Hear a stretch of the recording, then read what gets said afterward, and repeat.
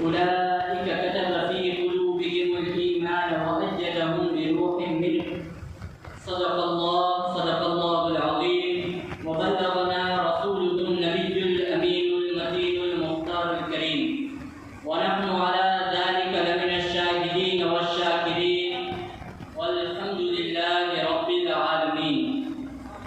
ملک سخن کی شاہی تم کو رضا مسلم، ملک سخن کی شاہی تم کو رضا مسلم، جس سمت آ گئے ہو سکے بٹھا دیے ہیں اور ڈال دی قلب میں عظمت مصطفیٰ، ڈال دی قلب میں عظمت مصطفیٰ، سیدی اعلی حضرت پہ لاکھوں سلام۔ اور وادی رضا کی کوہ ہمالا رضا کا ہے، وادی رضا کی کوہ ہمالا رضا کا ہے، جس سمت دیکھیے وہ علاقہ رضا کا ہے۔ اگلوں نے تو لکھا ہے علم دین پر بہت، مگر جو کچھ اس صدی میں ہے وہ تنہا احمد رضا کا ہے۔ آئیے ہم اپنی گفتگو کے آغاز سے پہلے ہم سب کے آقا و مولا حضور احمد مجتبیٰ محمد عربی مصطفیٰ صلی اللہ تعالیٰ علیہ وسلم کی بارگاہ میں عاشقوں کے انداز میں درود مبارکہ کا نذرانہ پیش کرے۔ پڑھیے الصلاۃ والسلام علیک یا رسول اللہ، الصلاۃ والسلام علیک یا حبیب اللہ، الصلاۃ والسلام علیک یا نور اللہ، صلی اللہ تعالیٰ علیہ وسلم۔ فطرت اور قدرت کا یہ قانون ہے کہ جو شخص اس دنیا میں آیا ہے اسے اس دنیا سے ضرور جانا ہے۔ آپ دیکھیے ایک سے بڑھ کر ایک شخصیت آئی لیکن وہ اس دنیا سے چلی گئی، لیکن اللہ تبارک و تعالیٰ نے اس کائنات میں کچھ ایسی شخصیتوں کو بھیجا کہ جن کی یادیں اور آپ کے کارنامے آج تک ہماری نگاہوں کے سامنے موجود ہیں۔ بہت زیادہ دور نہیں جائیں گے ہم، آپ دیکھ لیجیے حضور غوث پاک کو، حضور خواجہ غریب نواز کو، حضرت مخدوم اشرف جہانگیر سمنانی کو، خواجہ فرید الدین گنج شکر کو، امیر خسرو کو، امام اعظم ابو حنیفہ کو، یہ سب وہ شخصیتیں ہیں کہ جنہوں نے اللہ رب العزت کی بارگاہ سے وہ صلاحیتیں اللہ تعالیٰ نے انہیں عطا کی تھی، اور انہوں نے ان صلاحیتوں کے ذریعے وہ کارنامے انجام دیے جس کی وجہ سے وہ آج تک ہمارے دلوں میں موجود ہیں۔ انہی شخصیتوں میں ایک عظیم شخصیت مجدد دین و ملت الشاہ امام احمد رضا خان فاضل بریلوی علیہ کی رحمت و رضوا کی شخصیت ہیں۔ آپ نے بہت سے بڑے بڑے کارنامے انجام دیے ہیں جنہیں اس چھوٹے سے وقت میں شمار کرنا یا بیان کرنا ممکن نہیں۔ اگر آپ کی زندگی پر بات کی جائے تو گھنٹوں نہیں بلکہ کئی دن نہیں بلکہ کئی مہینوں نہیں بلکہ کئی سال بھی گزر سکتے ہیں۔ جب سیدی سرکار اعلیٰ حضرت جو حضور کے غلام ہیں، جب آپ کا یہ عالم ہے کہ آپ کی زندگی پر کئی ہزار دنوں تک بات کی جا سکتی ہے تو میرے آقا کا عالم کیا ہوگا۔ اور پھر چلیے آگے بڑھتے ہیں کہ سیدی سرکار اعلیٰ حضرت علیہ کی رحمت و رضوا کے سب سے پہلے خاندان کو جانتے ہیں۔ خراسان سے جو مشہور شخصیتیں ہندوستان تشریف لائی ان میں کندھار کا علم پرور اور سیف و قلم کا مالک خاندان لاہور سے دہلی اور پھر دہلی ہوتا ہوا بریلی پہنچا۔ اس خاندان کے جد اعلیٰ سعادت یار خان یہ بڑے علاقے کے منصبدار تھے جنہوں نے اپنی نسل کو دین محمد مصطفیٰ کا امین اور عشق رسول کا سفیر بنایا۔ اس خاندان میں ایک سے بڑھ کر ایک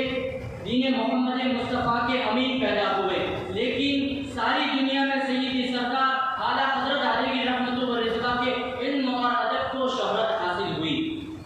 اب جانتے ہیں کہ سیدی سرکار اعلیٰ حضرت علیہ کی رحمت کی ولادت ایک ایسے دور میں ہوتی ہے کہ جہاں اسلامی سلطنت ختم ہو چکی ہے، ہر جگہ بادشاہ اور نواب موجود ہیں اور یہ دنیا کا بدلتا ہوا زمانہ ہے۔ آپ دیکھیے علم کی ایجادات بڑھ رہی ہیں۔ اس دور میں سیدی سرکار اعلیٰ حضرت کا جنم ہوتا ہے۔ آپ کی پیدائش کے بعد آپ صرف 4 سال کی عمر میں ناظرہ قرآن شریف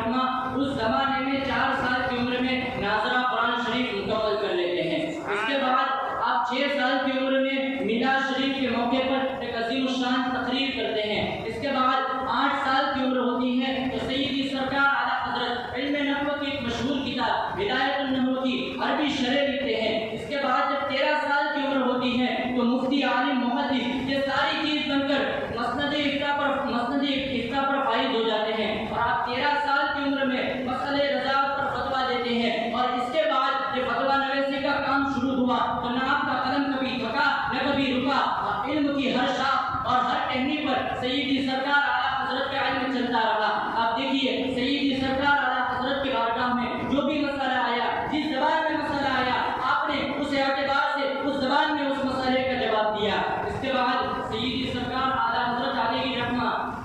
کی شخصیت وہ شخصیت ہے کہ آپ کے نام سے پورا مسلک پہچانا جاتا ہے. آج بہت سارے لوگ یہ پوچھتے ہیں کہ بھائی یہ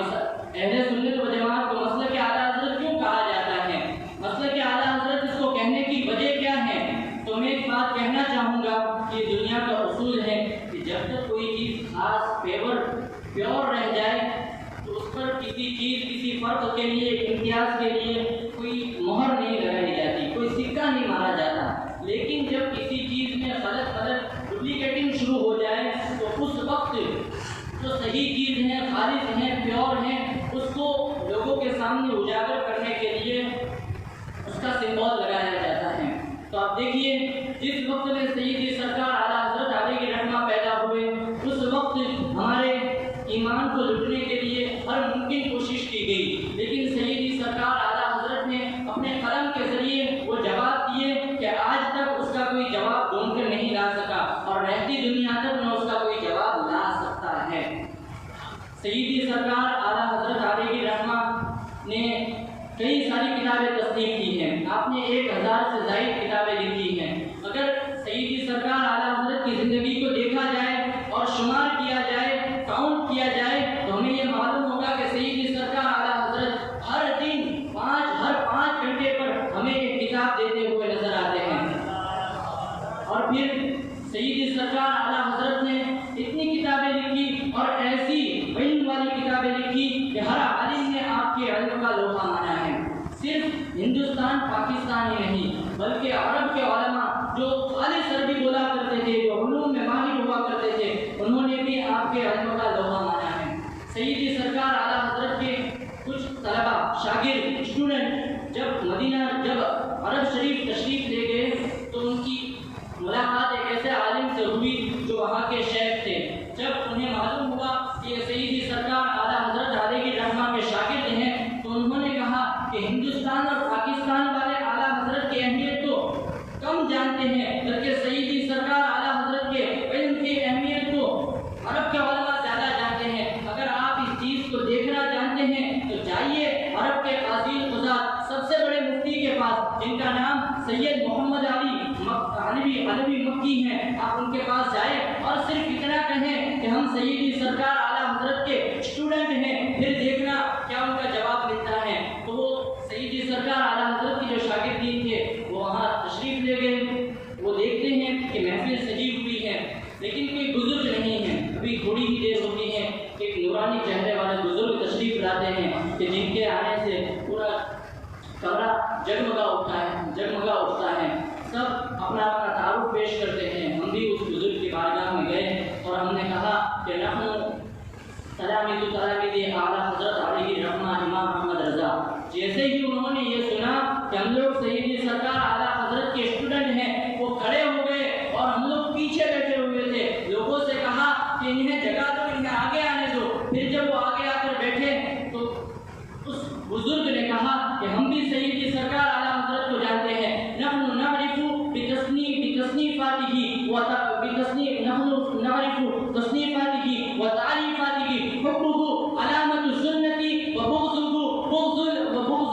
علامة البدعة. کہ ہم سیدی سرکار اعلیٰ حضرت کو ان کی تصنیفات اور تعریفات سے جانتے ہیں اور یہ بھی جانتے ہیں کہ سیدی سرکار اعلیٰ حضرت کی محبت یہ اہل سنت و جماعت کی نشانی ہے اور آپ سے بغض اور عناد یہ بدعتیوں کی نشانی ہے. لوگوں کو جاننا چاہیے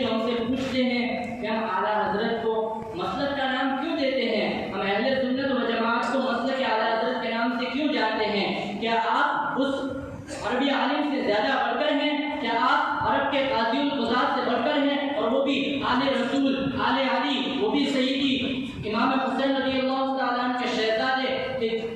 جو خود سیدی سرکار اعلیٰ حضرت کے بارے میں فرماتے ہیں کہ ہم جان جاتے ہیں، ہم پوچھتے ہیں کہ اگر ہمیں ان کسی سے سیدی سرکار اعلیٰ حضرت کی محبت کی بو آتی ہے تو ہم جان جاتے ہیں کہ یہ اپنا ہے، یہ سنی ہے، اور جب سیدی سرکار اعلیٰ حضرت کے بغض اور عناد اور دشمنی کی بو آتی ہے تو ہم سمجھ جاتے ہیں کہ یہ اپنا نہیں، یہ بدعتی ہے۔ اور سیدی سرکار اعلیٰ حضرت نے مجددیت تجدیدیت کے بہت سارے کارنامے انجام دیے ہیں۔ اس میں سے ایک اہم کارنامہ کنز الایمان کا کارنامہ ہے۔ آج ہم دیکھتے ہیں کہ پوری دنیا میں قرآن شریف کا ایک ترجمہ بہت ہی زیادہ مشہور اور معروف ہے، اسے کنز الایمان کہا جاتا ہے۔ کنز الایمان کا معنی ہوتا ہے ایمان کا خزانہ۔ سیدی سرکار اعلیٰ حضرت نے اس ایمان کے خزانے میں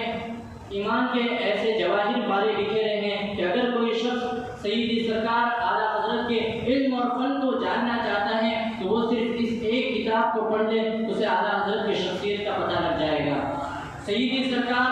اعلیٰ حضرت ایسے تو نحو، صرف، علم، معانی، بیان، منطق، فلسفہ،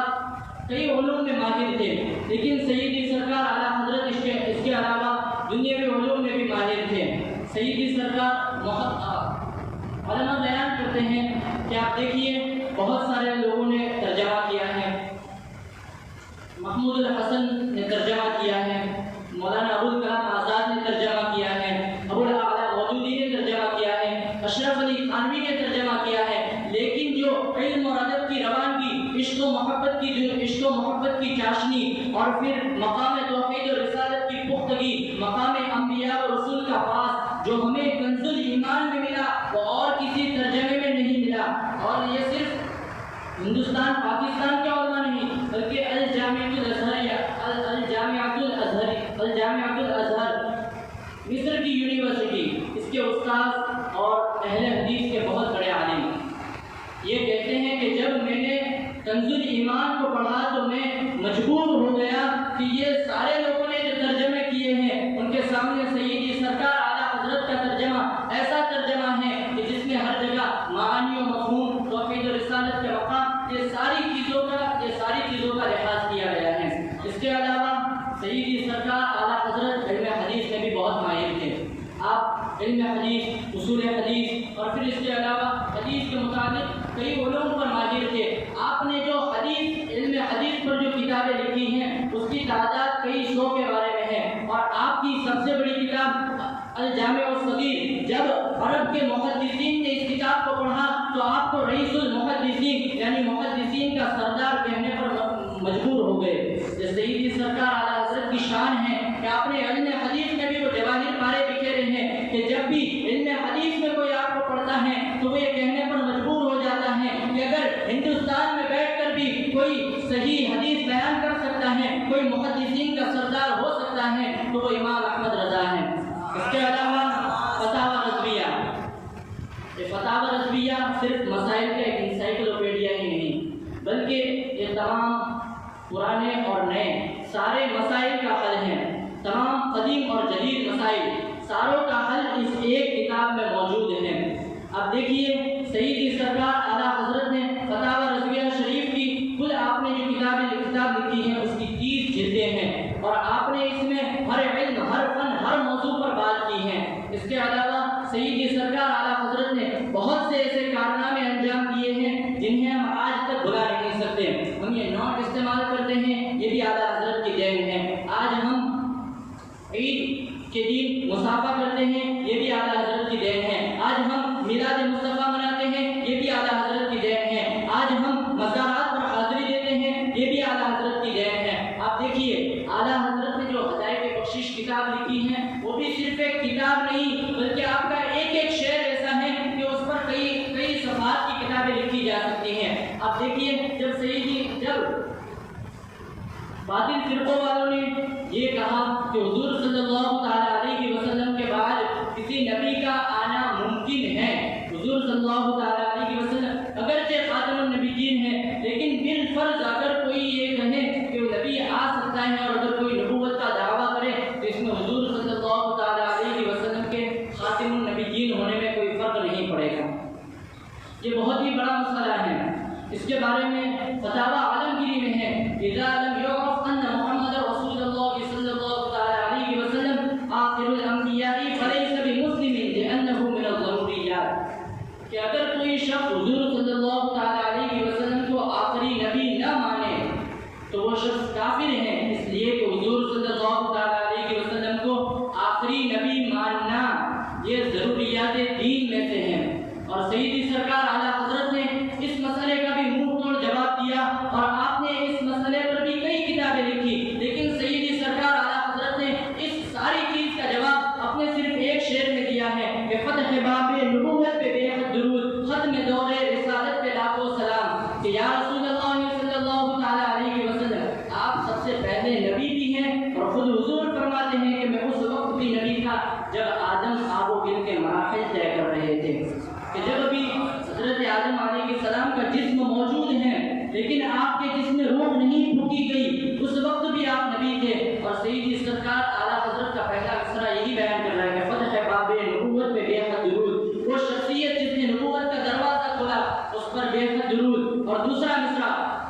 ختم دور رسالت پہ لاکھوں سلام، کہ حضور صلی اللہ تعالی علیہ وسلم آخری نبی اور آخری رسول ہیں۔ آپ دیکھیے یہ بھی قرآن و حدیث کے موافق ہیں کہ قرآن مقدس میں ہے ما کان محمد ابا احد من رجالکم ولکن رسول اللہ وخاتم النبیین، کہ اللہ تعالیٰ نے حضور صلی اللہ تعالی علیہ وسلم کو خاتم النبیین بنا کر بھیجا ہے کہ آپ کے بعد کوئی نیا نبی پیدا نہیں ہوگا۔ تو حضور صلی اللہ تو سیدی سرکار اعلیٰ حضرت کا ایک ایک شعر یہ مخالف کے لیے ایک ایک جواب کی طرح تھا۔ اب دیکھیے جب انہوں نے کہا کہ ہم نبی ہمارے میں سے تھے تو سیدی سرکار اعلیٰ حضرت نے جواب دیا لم یاد نظیر و کفی نظرین مثلے تو نشد پیدا جانا جگ راج کو تاج ترے سرسو اے تجھ کو شہد و سرا جانا۔ اب دیکھیے سیدی سرکار اعلیٰ حضرت نے کہہ دیا کہ آپ دعوے کرتے ہیں کہ نبی ہماری طرح ہیں، ارے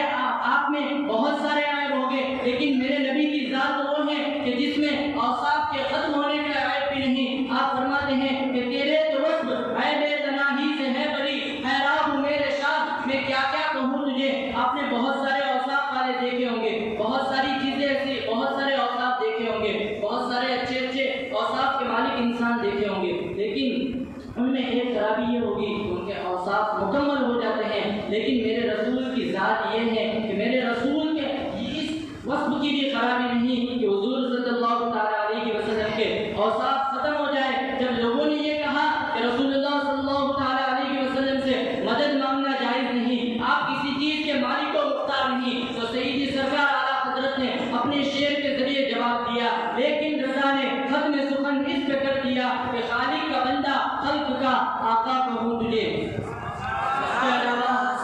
سیدی سرکار اعلیٰ حضرت علیہ الرحمہ نے بہت سے کارنامے انجام دیے ہیں۔ اب دیکھیے سیدی سرکار اعلیٰ حضرت علیہ الرحمہ نے ہر جگہ سے ہمارے ایمان اور عقیدے کی حفاظت کی کوشش کی ہے، اور آج ہمارے دلوں میں جو عشق رسول کا چراغ جل رہا ہے وہ آپ ہی کی بدولت جل رہا ہے۔ اور سیدی سرکار اعلیٰ حضرت علیہ الرحمہ کی ذات وہ ہے کہ آپ کے ہر چیز